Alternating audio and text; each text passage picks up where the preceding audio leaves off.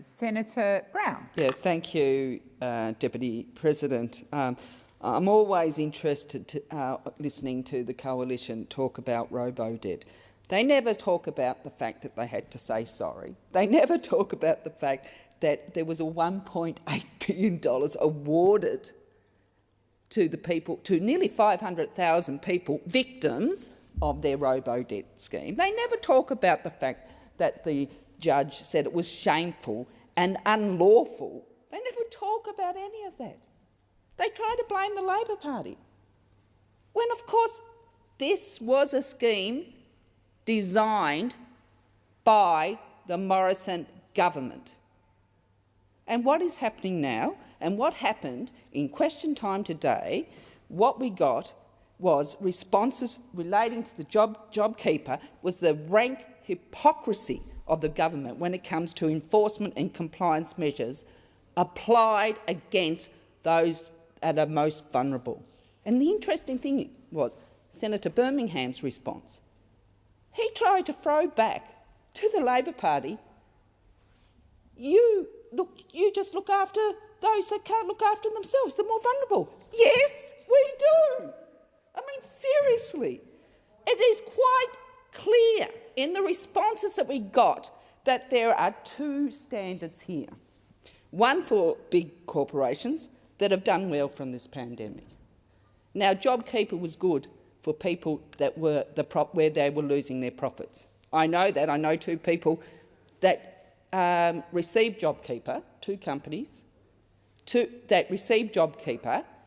You can have a little chuckle behind your mask over there, Senator, but they had to show that they were going backwards in profit by about, from memory, about 30%. So this is really interesting when you talk about the guidelines here. So we've got one standard for big corporations that have done well, and another for ordinary Australians struggling through the repeated lockdowns and border closures, trying to make ends meet, trying to put food on the table. It's just a form of hypocrisy that we really have come to expect from the Morrison Liberal government.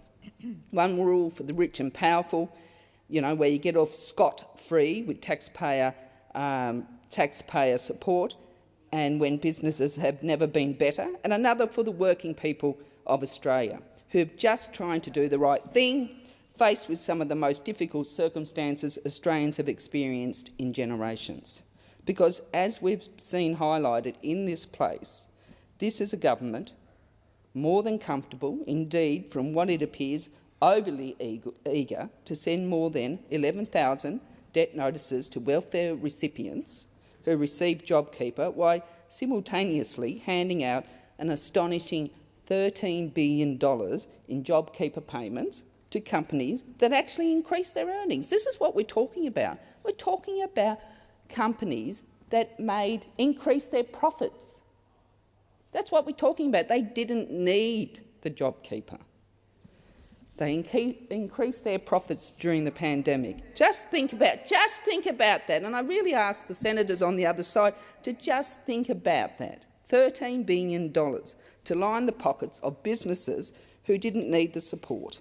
Meanwhile, there were hundreds and thousands, most probably millions of Australians out there who had their income smashed, in desperate need of support, a great many of who this government has ignored. Think about all the Australians who work in the gig sector, struggling, ignored by the Morrison Liberal government while their industry was shuttered. In many, if not most parts of the country, it's shuttered again, while the rest of the nation has to deal with cancelled shows, gigs, and entertainment and sporting events that ordinarily employ hundreds of thousands of Australians. Where is the support for these workers in our creative and arts industries? What about our academics and other university sector workers? Denied Jobkeeper. Tens of thousands put out of work because of the decisions made by this government, decisions made by Mr Scott Morrison, a Prime Minister who turns the other cheek when millions of Australians need support because he doesn't hold a hose, not his problem, but when it comes to corporate welfare for the most successful firms in the nation, hello, Here's a cool $13 billion in cold hard cash. No questions asked. Take it. Thank you, Senator Brown. Your